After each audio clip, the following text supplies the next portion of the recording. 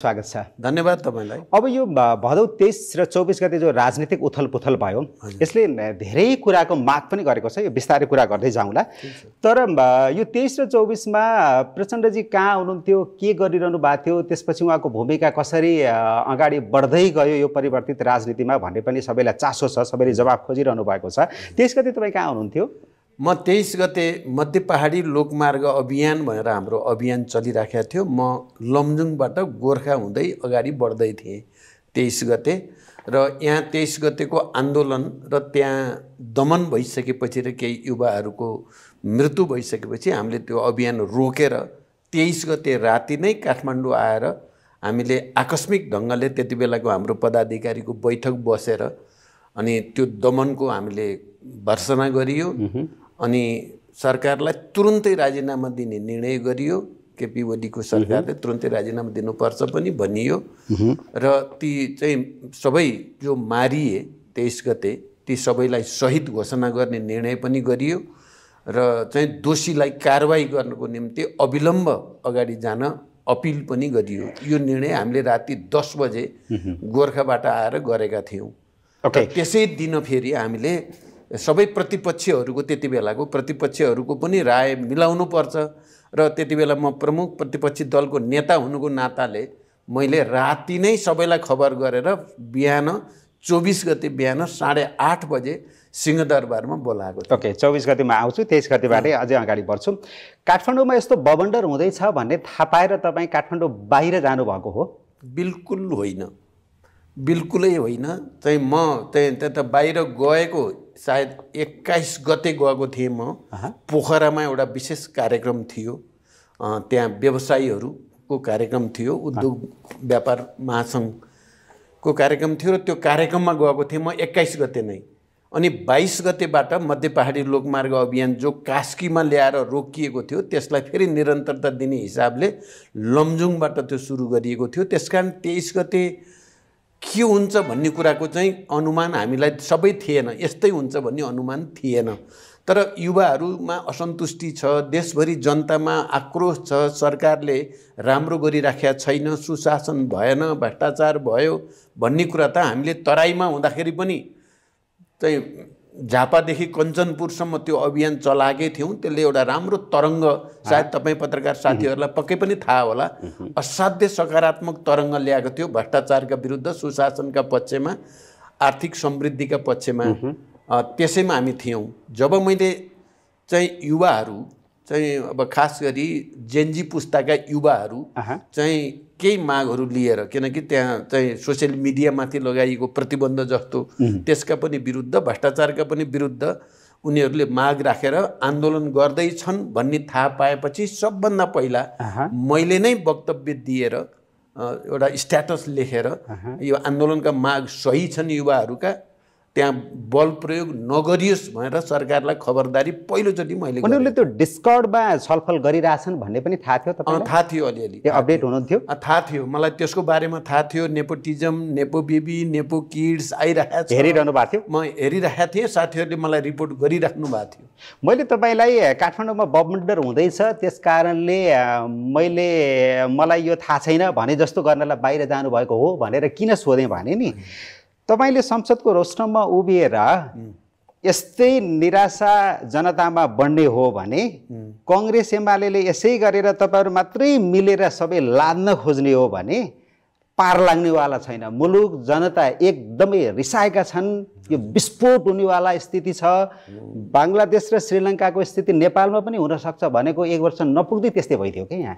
अब त्यो त मेरो परिस्थितिको विश्लेषण, राष्ट्रिय अन्तर्राष्ट्रिय सन्दर्भ कसरी गइरहेको छ, ट्रेनहरू प्रवृत्तिहरू कता गएको छ भन्ने त्यसले गर्दा यसको डिजाइनर प्रचण्ड पनि हो भने बिल्कुल होइन। यसको डिजाइनर प्रचण्ड भन्ने कुरा अर्थ लाग्दैन। तर प्रचण्डले समयमा नै सरकारलाई सतर्क गराएको थियो। जनतामा आक्रोश धेरै बढिसकेको छ, युवाहरूमा आक्रोश बढिराखेको छ, बंगलादेश श्रीलङ्का लगायत विभिन्न देशमा यस खालका घटनाक्रम भइराखेका छन्। त्यसकारण 2/3 को घमण्ड गरेर सरकार बस्यो भने कुनै पनि बेला नेपालमा विस्फोट हुन सक्छ भन्ने कुरा मैले 1 वर्ष अगाडि भनेको थिएँ। जति बेला यो आन्दोलन 23 गते यस्तो होला भन्ने कुराको कल्पना गर्ने ठाउँ नै थिएन। मैले त देशको समग्र परिस्थितिको हिसाब गरेर जनताको मनोविज्ञान र मनोभावनालाई बुझेर र सरकारले गरिरहेको गलत क्रियाकलाप कुशासनतिर जो सरकार प्रवृत्त भयो र 2/3 घमण्ड गरे। मैले त्यति बेला भनेको थिएँ बङ्गलादेशमा त 2/3 भन्दा बढी थियो शेख हसिनासँग। 2/3 काम गर्दैन, यो सङ्ख्याले गर्ने कुरा होइन। यो सुशासनतिर गएन भने कुनै पनि बेला जनता आउन सक्छन् भन्नुको मेरो तात्पर्य मैले कुनै डिजाइन गरेको भन्ने होइन। मैले त सरकारलाई खबरदारी यसो नगर। राजनीतिमा दूरदर्शिताको निकै ठुलो अर्थ र महत्त्व हुन्छ। मैले त अहिले म फर्केर हेर्छु मैले कति सही बोलेर छु भन्ने मलाई आफैलाई गर्व भएको छ। अब तपाईँलाई नढाँटी भन्नुपर्दा मैले 1 वर्ष अगाडि परिस्थितिको विश्लेषण गरेर सरकारलाई जानेर खबरदारी गरेको थिएँ र चुनौती दिएको थिएँ तिमीहरूले गलत गर्यौ भने राम्रो हुँदैन भनेर।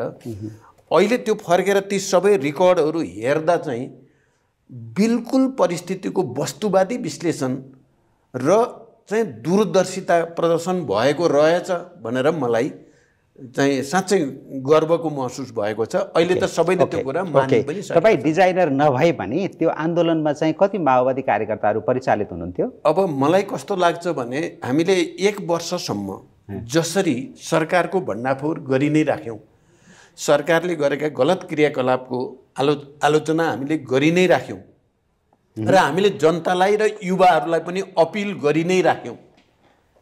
यसको विरोध गर्नुपर्ने हुन्छ, गलत भइराखेको छ भन्ने कुरा हामीले भनि नै राख्यौँ। हामीले त्यो भनेको हुनाले र तपाईँले पहिलो प्रश्नमा जसरी सोध्नुभयो नि 23 गते कहाँ हुनुहुन्थ्यो भनेर, त्यति बेला गोर्खामा पनि मैले यही भाषण गर्दै थिएँ। सरकार गलत गरिराखेको छ चाहिँ यसको विरोध गर्नुपर्छ भनेको हुनाले युवाहरू वा हाम्रा पनि तलका कार्यकर्ताहरू सरकार विरोधी आन्दोलन शान्तिपूर्ण रूपले हुन्छ भनेपछि स्वतः जाने वातावरण बन्यो। यो कुरा म स्वीकार गर्न चाहन्छु। जाने वातावरण हामीले 1 वर्षदेखि हामीले प्रशिक्षित गरिरहेका थियौँ नि त मानिसहरूलाई, युवाहरूलाई कि बेठिक भइरहेको छ देशमा, ठिक गर्नको लागि सडकमा आउनुपर्छ मानिसहरू भन्ने कुरा भनिरहेको हुनाले माओवादी मात्रै होइन अन्य युवाहरू पनि मेरो अभियानबाट अथवा हाम्रो त्यति बेलाको पार्टीको अभियानबाट उत्प्रेरित भएनन् भनेर म भन्न सक्दिनँ। प्रेरित भए तर केही कार्यकर्ताहरू त तोडफोड अलिकति भन्न दिनुहोस् है। तर साँचो कुरा फेरि अर्को के हो भने हामीले पार्टीबाट निर्णय गरेर 23 गतेको आन्दोलनमा सहभागी हुनु भनेर कुनै निर्देशन, कुनै अपिल, कुनै चाहिँ जारी गरेका थिएनौँ। हामीले यति भनेका थियौँ 23 गते जेनजी युवाहरूले उठाएका माग सही छन्, सरकारले बल प्रयोग नगरोस्, बरु माग पुरा गर्नतिर लागोस् भनेर हामीले भनेको हुनाले 23 गतेको दिन हुनसक्छ ठुलो सङ्ख्यामा माओवादी कार्यकर्ताहरू पनि तलका गए होलान्, गएको छन् भन्ने पछि मैले थाहा पनि पाएँ। हुँदा त हाम्रो पार्टीका कयौँ लिडरका छोराछोरी नाति नातिना पनि गएका रहेछन् भन्ने पनि थाहा भयो। तर त्यति बेला हामीले समर्थन गरेको त्यो आन्दोलनलाई मैले नै स्ट्याटस लेखेर समर्थन गरेको कारणले पनि त्यति बेलाको माओवादी केन्द्र नजिकका युवाहरू पक्कै उत्प्रेरित भए। हाम्रो आफ्नै अध्यक्षले पनि समर्थन गरेका छ भनेपछि त जानी भए।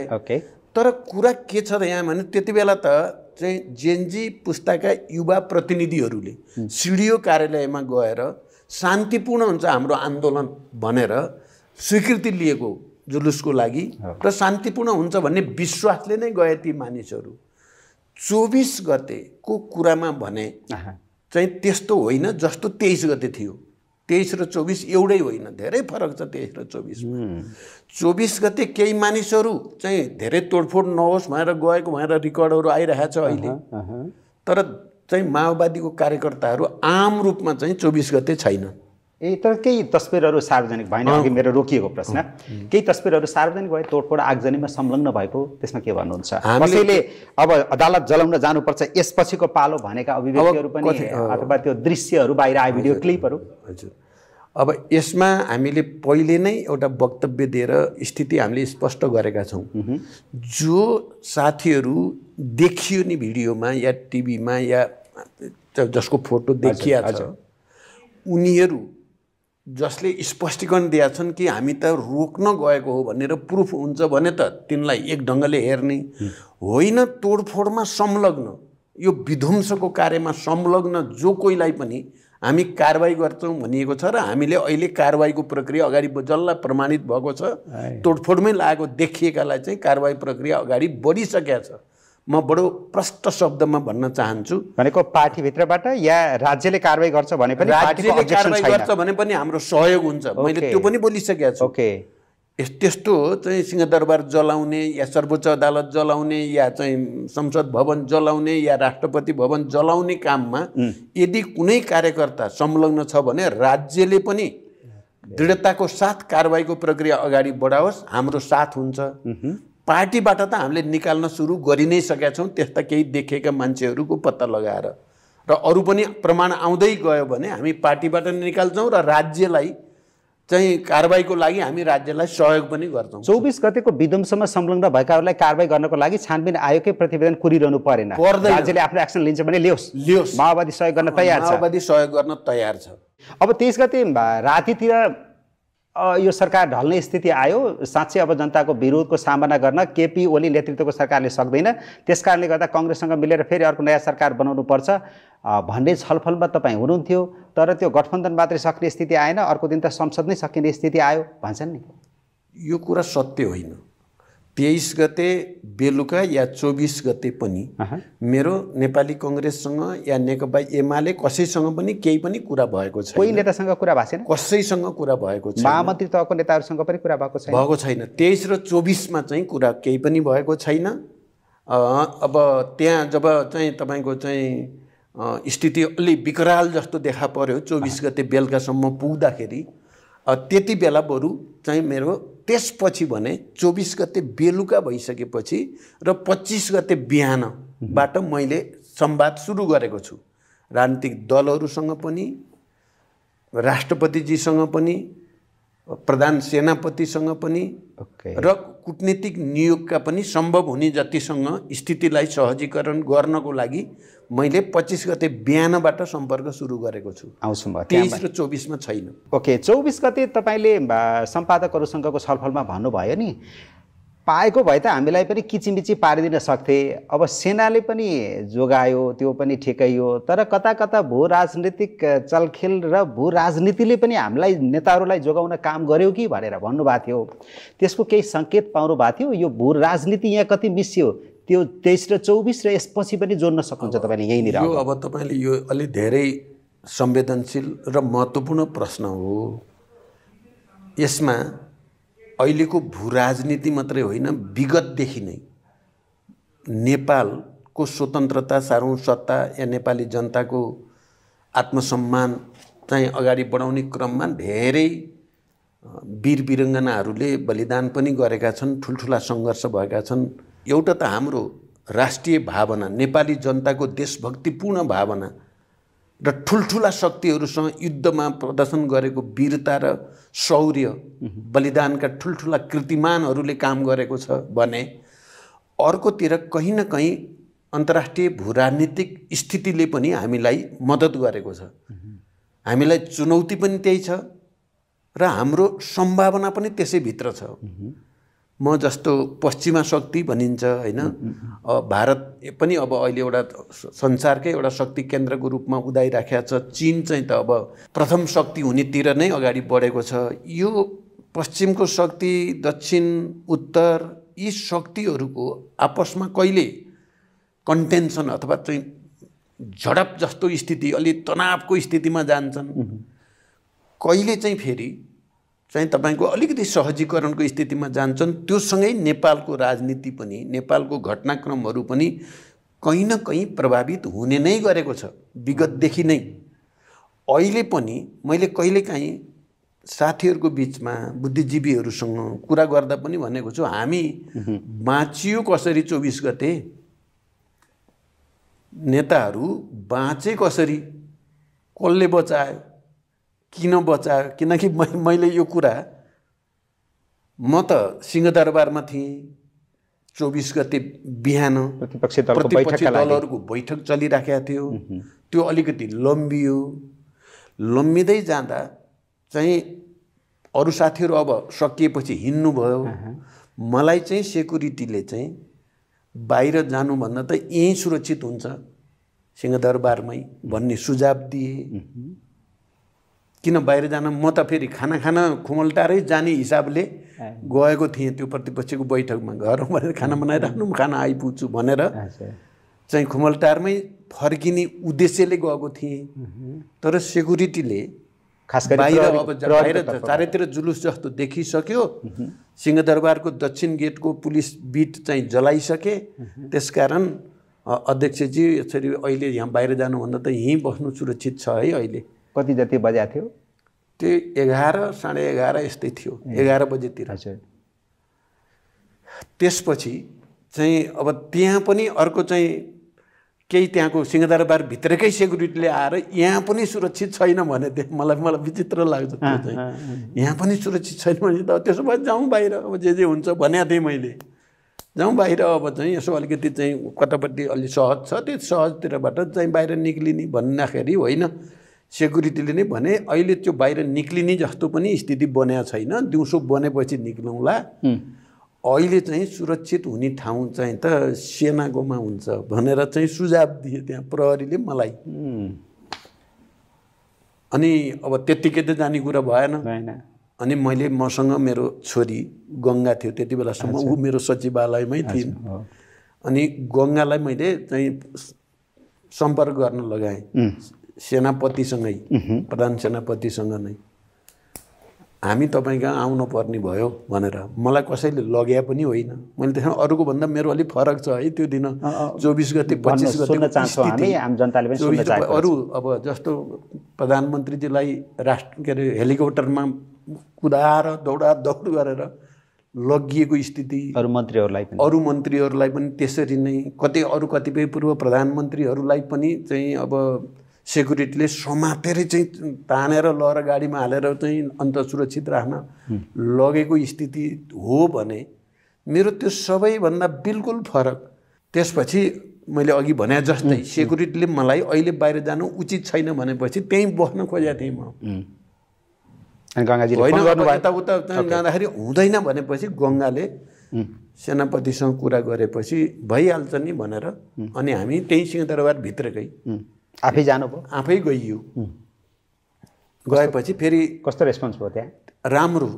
म यो कुरा पनि इमान्दारिता साथ म भन्न चाहन्छु, त्यहाँ गएपछि मलाई राम्रै सम्मानसहित चाहिँ लगियो र म जहाँ बस्ने चाहिँ भनिएको थियो त्यो बस्ने ठाउँ पनि राम्रो थियो र म बडो सहज ढङ्गले त्यहाँ बसेँ। माधव नेपालजी पनि सँगै हुनुहुन्थ्यो? माधव नेपालजी सँगै त हुनुहुन्थ्यो बैठकमा, तर आउने बेला माधवजीको स्थिति फेरि मेरोभन्दा अलिक फरक भएछ। मैले चाहिँ सहज ढङ्गले गङ्गाले प्रधान सेनापतिसँग कुरा गरेर सहमतिका साथ गएँ। म चाहिँ माधवजी हतार भएर दौडेर जानुभएछ, आफै जानुभएछ त्यो अलि अर्को भवनमा। र उहाँ त्यही एउटै भवन रहेनछ, अलि अर्को भवनमा उहाँ बस्नुभएको रहेछ। पछि भोलिपल्ट थाहा भयो। कति दिन बस्नुभयो त्यो सिंहदरबारमा? सिंहदरबारमा हामी 24 गते राति, 25 गते राति, 26 गते राति 3 रात बस्यो। 3 रात। तपाईँहरूको पनि मोबाइल उहाँहरूले राखिदिनु भयो? मलाई त्यस्तो भएन, मैले मजाले मोबाइलबाट सबैतिर सम्पर्क गरि नै राखेँ।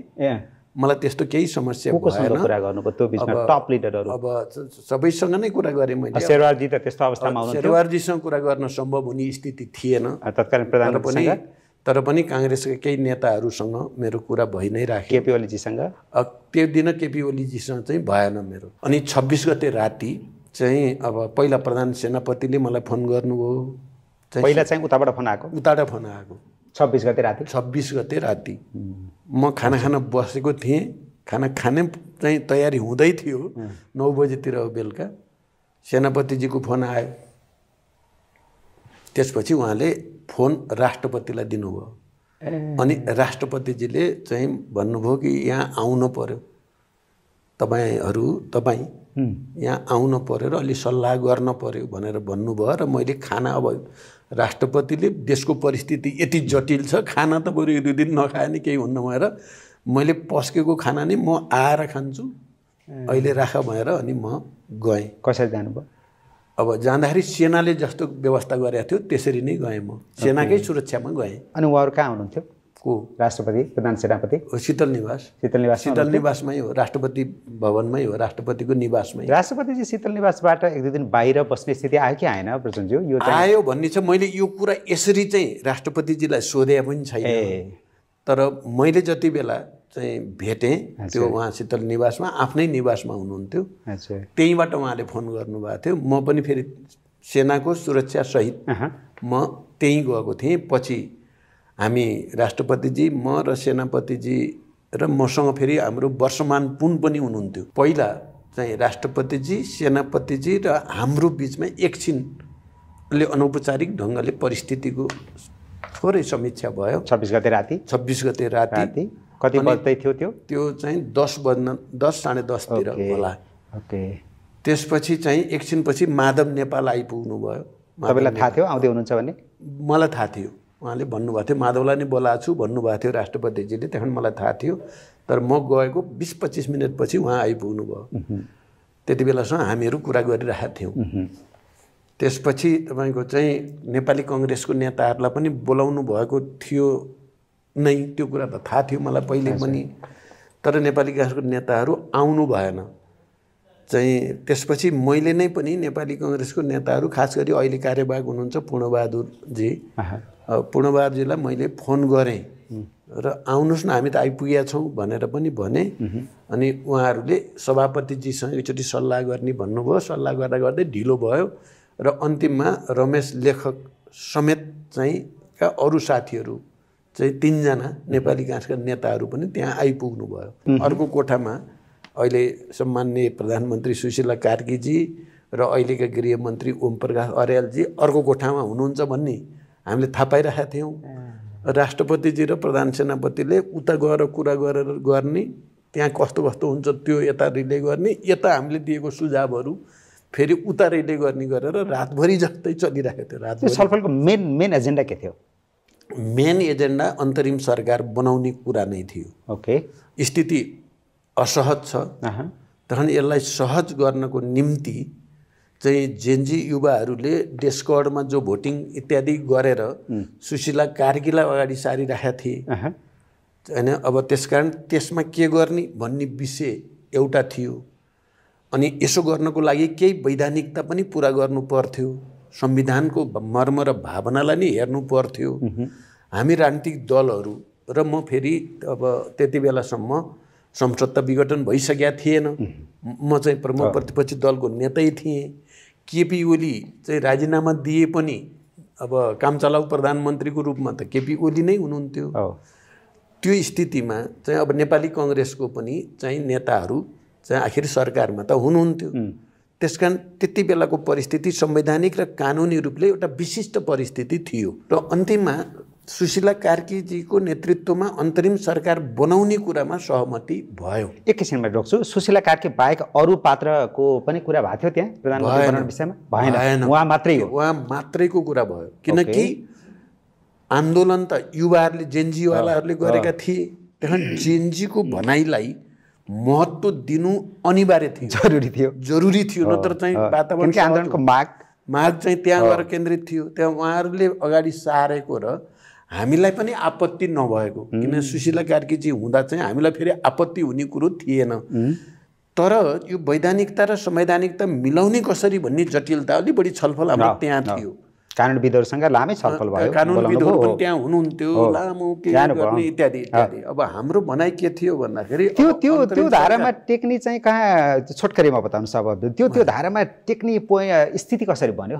केही पार लागेन? अन्त संविधानको राष्ट्रपतिको जिम्मेवारी भनौँ न, एउटा संरक्षकको रूपमा, अभिभावकको रूपमा राष्ट्रपतिले खेल्ने भूमिकाबारे संविधानको जुन धारामा 61 सायद धारा 61 मा छ, त्यसलाई प्रयोग गर्ने भन्नेमा हामी सर्वसम्मत भयौँ। भनिन्छ नि आवश्यकताको सिद्धान्त, डक्ट्रिन अफ नेसेसिटी भनेर जो भनिन्छ, त्यसमा टेकेर राष्ट्रपति अब संरक्षक हुनुको नाताले उहाँले गर्न सक्नुहुन्छ भन्नेमा पुग्यो। अर्को कुरो त्यसमा अलिकति वैधानिकता बचाउन कहाँ खोजियो भने तर अन्तरिम सरकार बनाउने सुशीला कार्कीजीलाई प्रधानमन्त्री बनाउने कुरा केपी ओलीको सिफारिस अनिवार्य हुन्छ।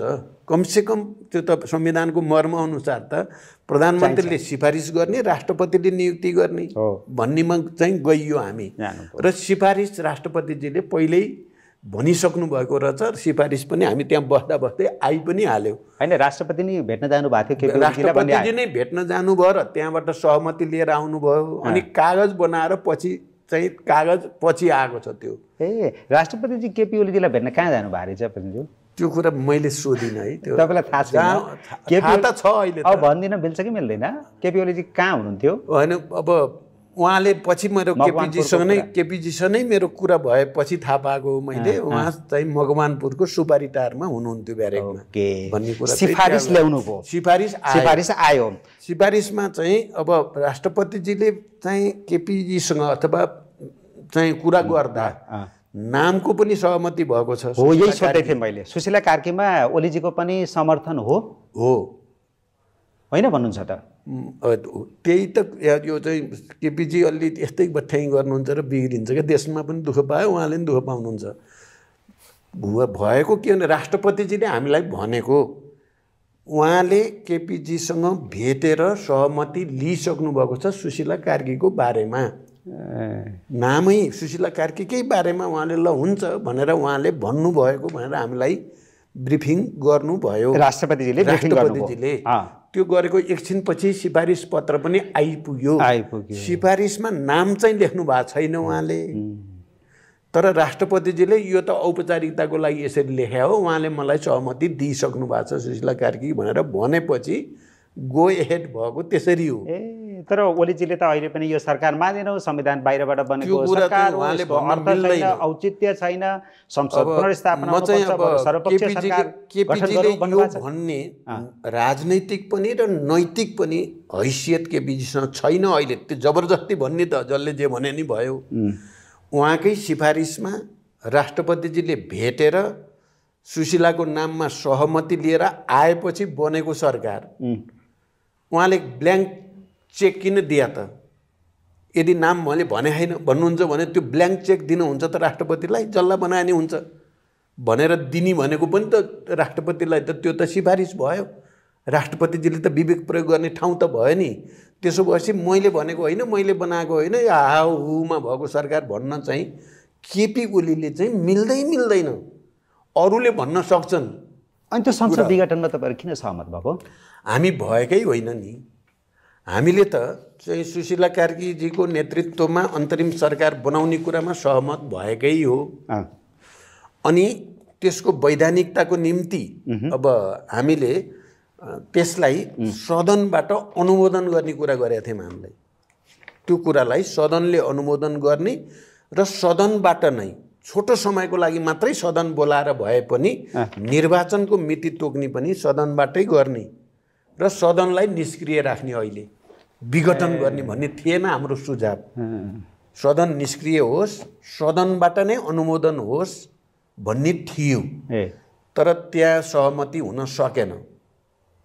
स्वयं सुशीला कार्कीजीले पनि मान्नु भएन। अब सुशीलाजीको के थियो मनभित्र त्यो त थाहा छैन, तर जेनजी युवाहरू र त्यति बेला जेनजीको प्रतिनिधिका रूपमा जसले काम गरेका थिए उनीहरूले सबभन्दा पहिला संसद विघटन भनेको भनै गरेको त बाहिरै आएको थियो। तपाईँहरूले पनि देखिराख्नु भएको छ। काठमाडौँका विघटन नगरेसम्म सरकार प्रमुख बालेनले पनि जेनजीहरूलाई विघटन नगरेसम्म शपथ गराउनु आग्रह गर्नुभएको थियो, सुझाव दिइरहनु भएको थियो। हो त्यो परिस्थिति त्यस्तो थियो। हामी चाहेको त्यो रापताप त्यस्तो थियो। हामी चाहन्थ्यौँ सुशीलाजी प्रधानमन्त्री भएपछि सदनबाट अनुमोदन होस् र निर्वाचनको संसद जोगाउन सक्ने स्थिति थिएन, त्यसकारणले गर्दा हामीले त्यसलाई विघटनमा सहमति फेरि पनि दिएनौँ। त्यहाँ के भइदियो, नेपाली कङ्ग्रेसको नेता साथीहरूले शेरबहादुरजीसँग एकचोटि सल्लाह नगरी हामीले कुनै पनि कुरामा फाइनल डिसिजन दिन सकिँदैन भनेपछि अनि बिहान चाहिँ भोलिपल्ट बिहान अब त्यो भनेको 27 गते बिहान बैठक बस्ने गरी हामी उठ्यो। हाम्रो सहमति भयो अन्तरिम सरकार बनाउने कुरामा सहमति भयो। सुशीला कार्कीजीलाई पनि मान्ने सहमति भयो। सुशीला कार्कीजीलाई नै भन्नेमा सहमति गऱ्यौँ हामीले, मैले र माधवजीले। ओके। नेपाली काङ्ग्रेसको अलिकति बाँकी रह्यो सल्लाह गर्न, सहमति उहाँहरूको पनि थियो, सहमति उहाँहरूको पनि थियो, तर निर्देशन पाउनु पर्यो। अब सभापतिजीको अलिकति निर्देशन नभइकन हामीले गर्न अहिले सकिएन। त्यहाँबाट सभापतिजीसँग कुरा गर्ने पनि कोसिस भयो, तर उहाँ चाहिँ अलिकति स्वास्थ्य स्थितिका कारणले उहाँ त घाइते नै हुनुहुन्थ्यो, त्यो सम्भव भएन। र भोलिपल्ट बस्ने भनेर हामी 4 बजेतिर त्यहाँबाट शीतल निवासबाट बिहान 4 बजे शीतल निवासबाट निक्लेर मैले 4:30 बजे आएर खाना खाएको। त्यो दिनको खाना चाहिँ त्यो रातभरि म संसद विघटनको कुरामा कांग्रेसले पछि के खबर ल्याउनु भयो? संसद विघटनको कुरामा राजनीतिक दलहरूको कसैको पनि बीचमा थिएन। कांग्रेसले पनि नगराउने भन्ने थियो, तपाईहरु पनि नगराउने भन्ने थियो। एमालेको संवाद भइराथेको थिएन त्यो बिचमा? एमालेका नेताहरुसँग के तपाईहरु सम्पर्कमै हुनुहुन्थ्यो? राष्ट्रपतिजीले कुनै न कुनै रूपमा त गरिराख्नु भयो, तपाईको चाहिँ थिएन? हाम्रो थिएन। राइट। अब यसलाई यहीँनिर रोकौँ। त्यसपछि यो जङ्गी अड्डामा जुन चहलपहल देखियो र सेनाको सक्रियता देखियो, त्यसको विकल्प केही थियो कि थिएन? तत्काल चाहिँ विकल्प नदेखिएरै त्यस्तो भयो जस्तो लाग्छ मलाई। अब यसलाई त धेरैतिरबाट विश्लेषण पनि गर्न सकिन्छ, अनुसन्धान गर्नुपर्ने जस्तो पनि देखिन्छ। त्यसो गर्न उचित थियो कि थिएन भन्ने पनि विश्लेषण हुन सक्छ। तर मेरो बुझाइ के छ, किनभने मैले 24 गते सिंहदरबारमै बसेर भनौँ न प्रत्यक्ष देखेँ मैले आगजनी, तोडफोड। सिंहदरबारभित्रैको? सिंहदरबारभित्रको। सिंहदरबार कसरी जलाइयो, यतापट्टि अगाडिपट्टिको ट्राफिक चाहिँ पुलिसको चाहिँ भवन सबै जलाउने काम सबै देखिन्थ्यो नि। 5 तला माथि थिएँ म, त्यहाँबाट त सबै देखिन्थ्यो। मैले प्रत्यक्ष देखेँ। अब धेरै नै भावुक पनि भइयो हामी त्यति बेला। यत्रो धरोहर, यस्तो इतिहास, नेपालको गौरव, विरासत आज जलेर आफ्नै आँखा अगाडि खरानी भएको। हेरेर बस्नुभयो? हेर्न अगाडि छ, अब त देखिहालिन्छ, त्यो त हेर्ने त कुरा भइ नै हाल्यो। यो सेनाले जोगाएर चाहेको भए सिंहदरबार, राष्ट्रपति निवास, प्रधानमन्त्री कार्यालय, अदालत जोगाउन सक्थ्यो भन्ने प्रश्न अहिले पनि जीवितै छ। यसको उत्तर सेनाले आफ्नो प्रष्टीकरण त दिएको छ। यदि त्यहाँ फेरि सेना उत्रिएको हुन्थ्यो, गोली चलाएको हुन्थ्यो भने नरसमारै हुने स्थिति थियो, त्यो सम्भव थिएन भन्छ सेनाले। जनताले भन्छ एयरपोर्ट जोगाउन सक्ने सेनाले त्यसै गरेर सिंहदरबारमा स्वर र बाहिर निस्किएर घेराबन्दी गरेको भए, त्यस्तै गरेर अदालतलाई घेराबन्दी गरेको भए, बालुवाटार शीतल निवास घेराबन्दी गरेको भए त मान्छे भित्र त छिर्दैन थियो होला नि भन्ने पनि छ। तपाईँको बुझाइ के होला? अब यो विषय पनि अलि धेरै नै गम्भीर, संवेदनशील र महत्त्वपूर्ण प्रश्न हो। के हुन्थ्यो होला भन्ने मैले अघि भने नि प्रत्यक्ष देखेको हुनाले अब सेनाले 1-2 चोटि त रोक्न बल गरेको पनि देखेँ मैले। फेरि त्यो गेट, जो मेन गेट छ नि सिंहदरबारको, त्यहाँबाट चाहिँ अब चाहिँ मानिसहरू चाहिँ भिड चाहिँ त्यहाँ तोडफोड गर्न, त्यसलाई भत्काउन खोजेको बेलामा रोक्न खोजेको, टियर ग्यास हानेको पनि मैले देखेँ सेनाको तर्फबाट, भित्रबाट। तर पटक पटक झम्टिसकेपछि सकिने स्थिति भएन। सेनाले पनि चाहिँ अब सकेन भन्ने कि छोड्यो भन्ने कि यो आफैमा धेरै गम्भीर प्रश्न छ। यो तपाईँ अलि पहिला पनि म यो विषयमा कन्फ्युज नै छु भन्नुभएको थियो, अहिले पनि कन्फ्युजै हुनुहुन्छ? अहिले पनि त्यो विषय चाहिँ अलि गम्भीरै छ। तर म पछि गएर मैले अहिले भने नि चाहिँ सेनापतिजीले 26 गते राति राष्ट्रपतिसँग सङ्कटकाल लगाएर सेनालाई चाहिँ उतार्ने अधिकार चाहियो, सेना राष्ट्रपतिको आदेश मान्न तयार छ, सङ्कटकाल लगाएर आदेश चाहियो भनेर एउटा कागज लिइराख्नु भएको थियो सेनापतिजीले। कहिले? 26 गते राति। त्यो देख्दा सेना चाहिँ फेरि विधिसम्मत आदेश भएको भए जस्तोसुकै स्थिति सामना गर्न पनि तयार रहेछ भन्ने पनि देखियो त्यहाँ। 2324 मा पनि 24 मा पनि सङ्कटकाल लगाएर सेना जाऊ भनेको भए विधिसम्मत तरिकाले सेनापतिजीको त्यो भनाइ हेर्दाखेरि उहाँ चाहिँ जे पनि गर्न सरकारको आदेश या राष्ट्रपतिको आदेश किनभने परमाधिपति त राष्ट्रपति हो नि त, त्यसो भए उहाँको आदेश मान्न तयार भएको देखिन्थ्यो। त्यसकारण सेनालाई सजिलै आरोपित गर्नु चाहिँ मैले उचित देख्दिनँ। तर साथसाथै स्थिति कस्तो जटिल थियो भने राष्ट्रपतिले तुरुन्तै सङ्कटकाल लगाएर आदेश दिने पनि सजिलो थिएन। त्यसो गर्ने बित्तिकै फेरि के हुन सक्थ्यो त भन्दा धेरै मान्छे मर्ने, त्यो खतरा छ भन्ने कुरा पनि सेनालाई थाहा थियो।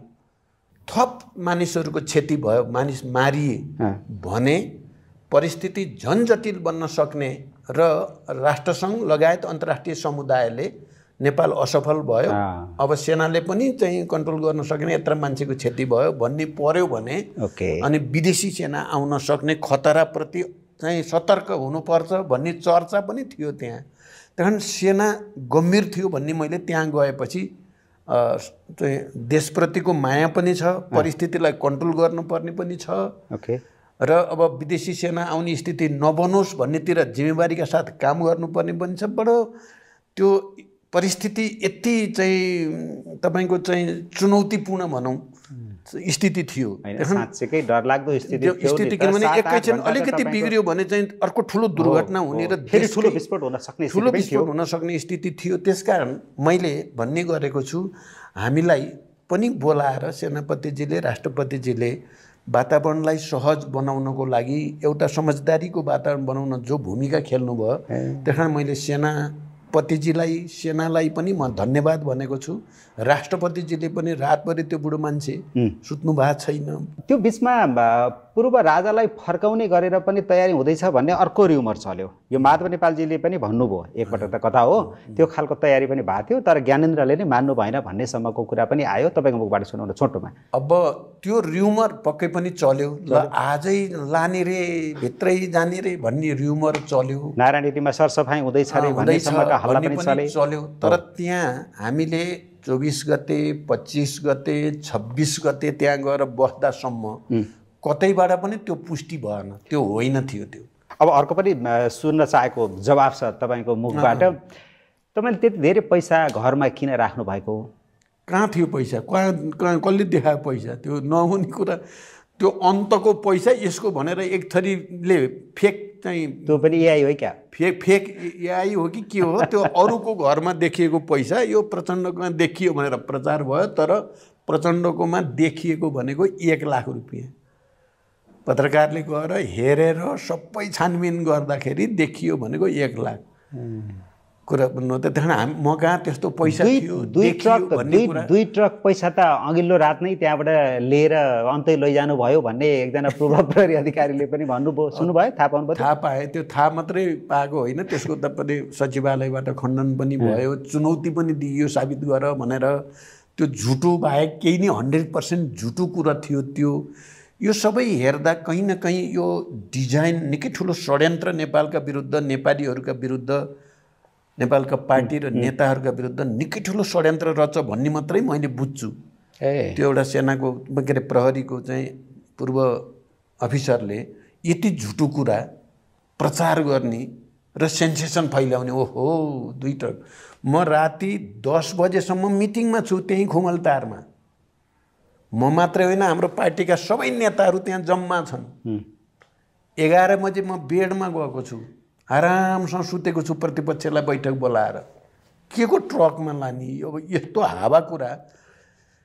तर पनि यसले मलाई के लाग्छ भने निकै ठुलो षड्यन्त्रमा केही मान्छे रचन भन्ने मात्रै पुष्टि हुन्छ यसले। तपाईँको जवाब त्यो भयो। तर मेरो प्रश्न अर्को के भने, यति ठुलो पार्टी सञ्चालन गरिरहनु भएको छ, करिब 11-12% मत प्राप्त गर्नुभएको छ समानुपातिकमा, देशैभरि सङ्गठन छ, त्यत्रो धेरै कार्यकर्ताहरूको व्यवस्थापन गर्नुपर्छ।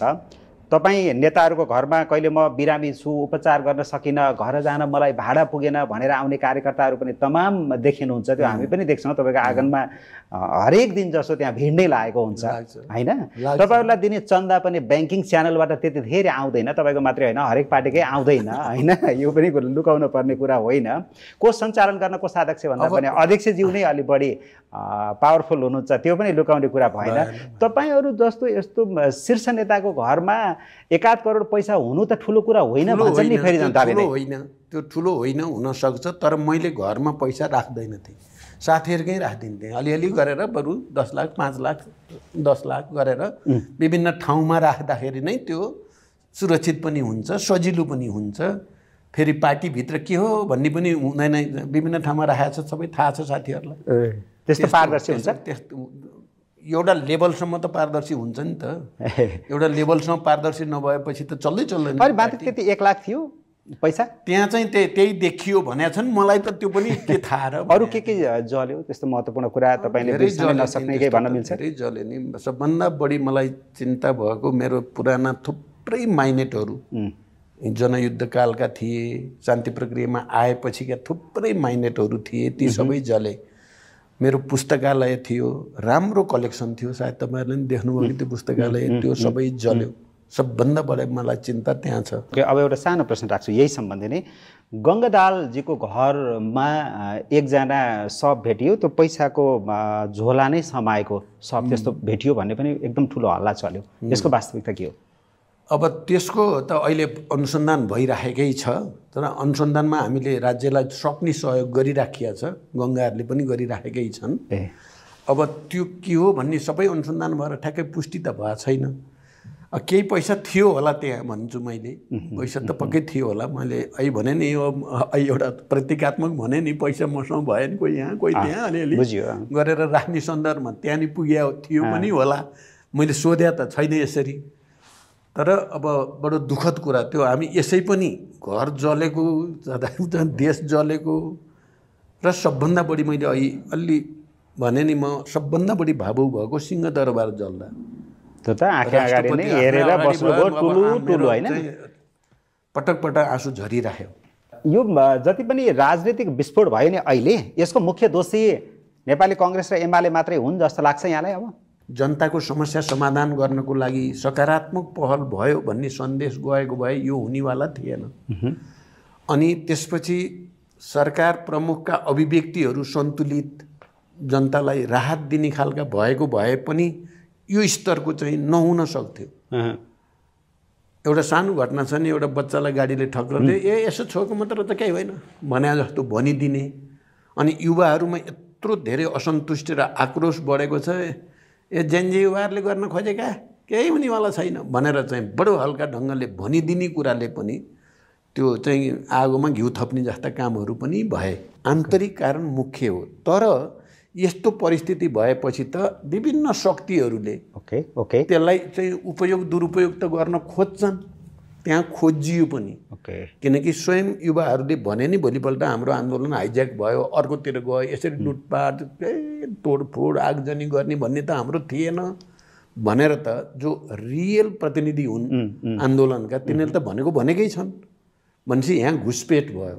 त्यो घुसपेट कहाँबाट भयो भन्ने हाइज्याक भयो त्यो हाइज्याक कसले गर्यो भन्ने अब धेरै चिज छन् त्यहाँ त्यहाँ चाहिँ हाइज्याक भयो घुसपेट भयो भन्दाखेरि मलाई एकजना भारतीय बुद्धिजीवीले गरेको विश्लेषण बडो चाहिँ गजबको लागेको थियो मलाई यो के भयो नेपालमा यो 23 र 24 गते भन्दा उनले भनेका छन् यो चटपटे विस्फोट भयो चटपटे विस्फोट त्यसमा राजावादी पनि छन् त्यसमा असन्तुष्ट जनता पनि छन् युवाहरू पनि छन् पार्टीकै कार्यकर्ता पनि छन् पार्टीका कार्यकर्ताहरू पनि छन् देशी पनि छन् विदेशी शक्तिहरूले पनि कुनै न कुनै आफ्नो आफ्नो इन्ट्रेस्ट अनुसार त्यहाँ चाहिँ मलजल गरेकै छन् भन्दाखेरि यो चाहिँ एउटैको ठ्याक्कै एउटै विचार एउटै योजना एउटैको मात्रै छैन धेरै चिज मिलेर विस्फोट भएको हुनाले त्यसको नाम चटपटे विस्फोट भनेको त्यो ठिकै जस्तो लाग्छ त्यो धेरैको छ त्यहाँ ओके अब मैले तपाईँलाई लान खोजेको कहाँ थिएँ भने यो जो असन्तुष्टि देशमा फैलियो जनतामा निराशा छायो त्यसमा माओवादी जिम्मेवार छैन भन्न मात्रै खोजेको थिएँ काङ्ग्रेस समग्रमा र दीर्घकालीन ढङ्गले हेर्दा त हामीले पछिल्लो चोटि भनेका छौँ 46 सालको आन्दोलन यताको सबै नेताहरूको सम्पत्ति छानबिन गर्नु पर्यो के भएको हो हैन अनि समीक्षा पनि त्यसरी गर्नु पर्यो हामीले भनिराखेका छौँ 62-63 शान्ति सम्झौता पछि यहाँसम्म आउँदा के भए भन्ने कुराको पनि अनुसन्धान हुन पर्यो त्यसरी समग्रमा भन्दा हामीले त आत्मालोचनै गरेका छौँ हाम्रो पार्टीको बैठकमा गल्ती हामीबाट पनि भयो जति हामीले सुशासनको पक्षमा या जनताको आर्थिक विकासको पक्षमा जसरी काम गर्न सक्नु पर्थ्यो हामीले नसकेको हिस्सा हामी लिन्छौँ 20 वर्षमा सबैभन्दा धेरै सत्तामा तपाईहरु बस्नुभयो माओवादीहरु सबभन्दा बढी आत्मालोचना हामीले गर्यौं र नै अनि हामीले सुशासनको अभियान सुरु गर्नुपर्छ परिवर्तन आफैबाट सुरु गर्नुपर्छ भन्ने पार्टी हौं हामी पहिला कुरा यो बुझ्न पर्यो त्यसकारण हामी हिस्सा त लिन्छौँ यो चाहिँ सबै समस्यामा हाम्रो पनि हिस्सा छ, हामी आत्मालोचना पनि गरेका छौँ, लिन्छौँ। तर जति बेला यो आन्दोलन भयो प्रत्यक्ष जिम्मेवार हामी होइनौँ। तर एउटा कुरा यो बडो विचित्र लाग्छ मलाई चाहिँ, पहिलोचोटि म प्रधानमन्त्री भएँ, मध्य पहाडी लोकमार्गदेखि उत्तर दक्षिण कोरिडोरको प्रस्ताव राखेँ र अहिले देशमा भौतिक पूर्वाधारको दृष्टिकोणले एउटा नयाँ ठाउँमा पुगेको छ। त्यसको नेतृत्वकर्ता म, मेरो पार्टी। गरिब किसानहरूको ऋण मिना गर्नुपर्छ भनेर 30,000सम्म, त्यति बेला 64 सालमा 30,000 ऋण मिना गर्ने निर्णय गर्ने पार्टी हामी। अर्को पटक जाँदाखेरि लोड सेडिङ अन्त्य गरेर देशमा लोड सेडिङको आतङ्कबाट चाहिँ उज्यालो देश बनाउनेतिर पहल गर्ने हामी। अनि चुनावतिर देश लगेर मधेसी जनतालाई पनि विश्वासमा लिएर राष्ट्रिय एकता बनाउने हामी। चुनाव सुरु गर्ने हामी नयाँ संविधान अनुसार। अनि पछि भ्रष्टाचारका विरुद्ध अभियान चलाएर सामाजिक न्यायको निम्ति लड्ने हामी। अनि हामी र अरू एउटै हुन् भन्ने जो तर्क गर्न खोजिएको छ, मलाई लाग्छ षड्यन्त्र यही नै रहेछ। मैले भन्न खोजेको के भने जनताले चाहेको सुशासन थियो, कहीँ पनि पैसा बुझाएर काम गर्न नपरोस् भन्ने थियो, सर्वसुलभ स्वास्थ्य थियो, सर्वसुलभ शिक्षा थियो, यी लगायतका कुराहरू त जनताले पाएनन्। रोजगारी पाएनन्, नेताहरूको विलासी जीवन बढेको बढै भयो, भ्रष्टाचार बढेको बढै भयो, नेताहरू एउटै नेतृत्वमा जकडिएर बसेको बसै गरे, कसैलाई पनि पालो दिएनन्, त्यहाँ पार्टीमा रिफ्रेसमेन्ट भएन, पुनर्गठन भएन, यो वाक्क दिक्क प्याक्क भयो भन्ने कुरा आयो नि त अहिले त। यो भनाइ पनि चाहिँ एकातिरबाट इमान्दार मानिसहरूले, युवाहरूले भनेकोमा म उनीहरूलाई धन्यवाद भन्छु। तर जसरी सोसियल मिडियामा जस्ता शक्तिले यो प्रचार गरेका छन् नि, नियोजित छ, बेइमानी पूर्ण छ र यो नेपाल देशलाई बर्बाद पार्ने डिजाइन अन्तर्गत भएको छ भन्ने कुरा पनि म भन्न चाहन्छु। किन के मैले अन्तिम प्रधानमन्त्री हुँदा भ्रष्टाचारका विरुद्ध व्यापक अभियान चलाएको दुनियाँले देखाएको छैन। तपाईले नागरिकताको समस्या कति वर्षदेखि अल्झिएर बसेर लाखौँ नेपाली युवाहरू आत्महत्या गर्ने कि के गर्ने भन्ने ठाउँमा पुगेको बेला बनाएको चाहिँ दुनियाँले देखाएको छैन। शिक्षा विधेयकको अभावमा चाहिँ शिक्षक र विद्यार्थीहरू चाहिँ पीडित भएको बेलामा मेहनत गरेर प्रचण्ड नेतृत्वको सरकारले नै शिक्षा विधेयक सदनमा पुर्यायो, शिक्षकहरूसँग एउटा सहमति गर्यो भन्ने कुरा दुनियाँले देखाएको छैन। अनि सुशासनको पक्षमा मात्रै होइन, सामाजिक न्यायको पक्षमा पनि देशभित्र र बाहिरका श्रमिकहरूलाई सामाजिक सुरक्षा कोषमा आबद्ध गर्ने घोषणा गरेर अहिले खरबभन्दा बढी जम्मा गर्ने नेतृत्व गर्ने प्रचण्डको नेतृत्वको सरकारले होइन। यो कुरा किन मानिसले हेरिरहेका छैन? तर प्रचण्ड र प्रचण्डका आसपासमा बस्नेहरूले अखुत पैसा कमाए भन्दैछन्। अहिले सरकारले तपाईहरुकै सम्पत्ति छानबिन गर्दैछ। छानबिन गरे हुन्छ, तपाईँ किन नसगाउने? तपाईँले सुन्नुभएको छैन, मैले सदनमा रोस्टमबाट मबाट छानबिन सुरु गर हुँदैछ, बेला बेलामा हुन्छ। होस्, म त होस् भन्ने मलाई हो नि त। म अरू कसैले बोलेका छन् रोस्टममा, सदनको रोस्टमबाट त्यो सेरा दरबार भन्ने ल्याउँछन्। कहिले कहिले के क्यान्टोनमेन्ट बिचरा गिरिजाबाबु मरेर जानुभयो, त्यो काम न काजको चाहिँ त्यत्तिकै अर्थ न वर्थ, त्यहाँ न केही हुनु न केही। त्यसो भएपछि मैले त्यो प्रचार गर्नेहरूलाई चुनौतीका साथ भने मबाट सुरु गर त यो छानबिन सुरु गर, सेरा दरबारको छानबिन सुरु गरिहाल भनेर भन्ने पहिलो प्रधानमन्त्रीले तपाईँ चाहिँ कसरी भन्न सक्नुहुन्छ कि उस्तै हो यो? सम्पत्ति छानबिन गर, प्रचण्ड तयार छ, तयार जे गर्न पनि सहयोग गर्छौ, छानबिन जे गर्नुपर्छ गर, तर नेपालको शान्ति सम्झौतालाई धाराशाही पार्ने षड्यन्त्र नगर। फेरि अर्को धम्काउनु भयो कि? धम्काएको होइन, शान्ति सम्झौतालाई नै बिगार्ने र चाहिँ सारा भद्रगोल देशलाई त पाइएन नि। तर छानबिन जे गर्नुपर्छ गर, जालझेल षड्यन्त्र नगर मात्रै हो। राष्ट्र बचाउन सबै देशभक्त शक्तिहरू, वामपन्थी शक्तिहरू मिल्नुको विकल्प छैन। छानबिन गरेर दोषीलाई कारबाही गर्नुको विकल्प पनि छैन।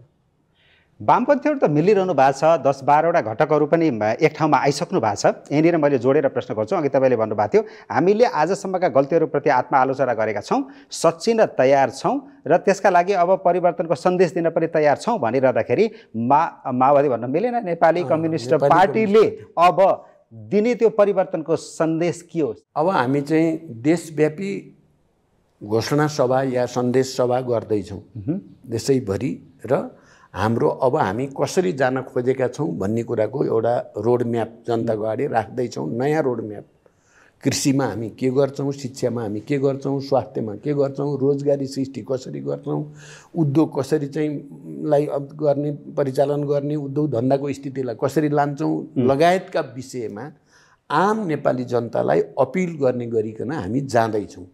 अब यो एकता प्रक्रिया अझै अगाडि बढोस् भन्ने हाम्रो चाहना छ। हुनसक्छ 1-2 दिनपछि फेरि तपाईँहरूले अर्को एउटा देख्नुहुन्छ। जेनजीहरूको अहिलेको आन्दोलनको माग के थियो भने शेरबहादुर देउबा, केपी शर्मा ओली, प्रचण्डजीहरू धेरै पटक अब यो म्युजिकल चेयरमा हुनुभयो, उहाँहरूलाई अब विदाई गर्नुपर्छ, उहाँहरूलाई देख्न नपरोस्, त्यही पार्टीका बरु नयाँ युवाहरू आएर चाहिँ शासन सत्ता सम्हालुन्, त्यो पार्टी पनि सम्हालुन् भन्ने कुरा छ कि। तर तपाईँहरूले फेरि अझै पनि जुङ्गा मठारिरहनु भएको छ कि। त्यस्तो होइन हेर्नुहोस् है।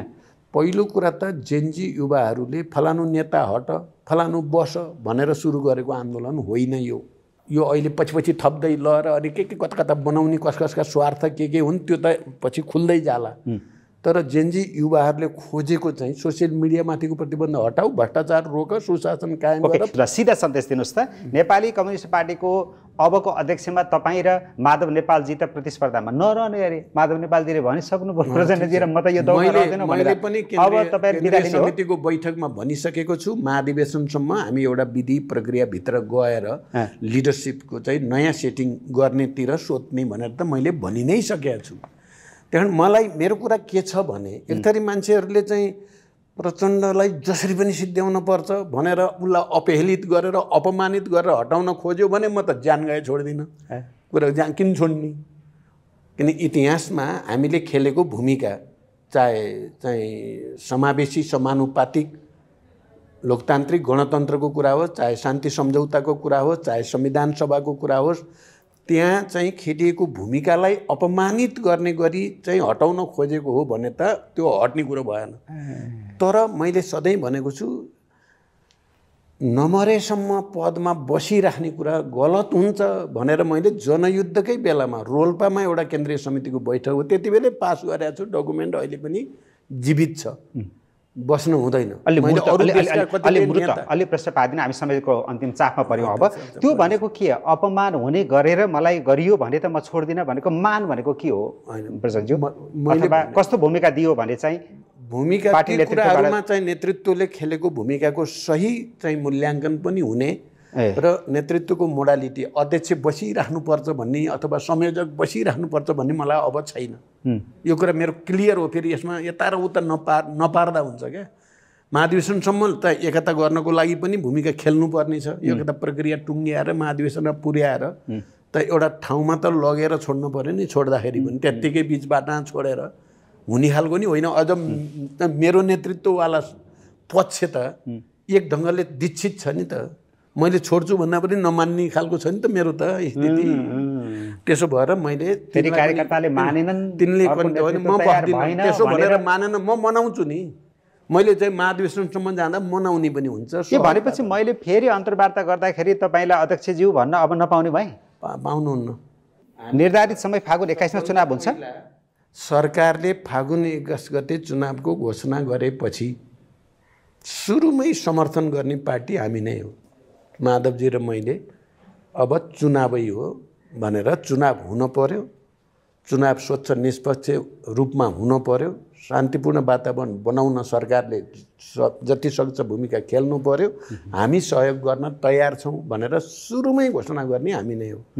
अहिले पनि हामी फागुन 21 गते चुनाव हुन सक्छ, हुन पर्छ भनेर हामी लागेका छौँ र अब हामी अभियान लिएर जाँदाखेरि चुनावको पनि अभियान हुन्छ, त्यो चुनावी अपिल पनि हुन्छ। तर एमाले चुनावमा भाग लिँदैन भन्छ उसले, भने छैन। चुनाव हुँदैन कि भन्ने आशंका बढी गरिराख्नु भएको छ उहाँहरूले।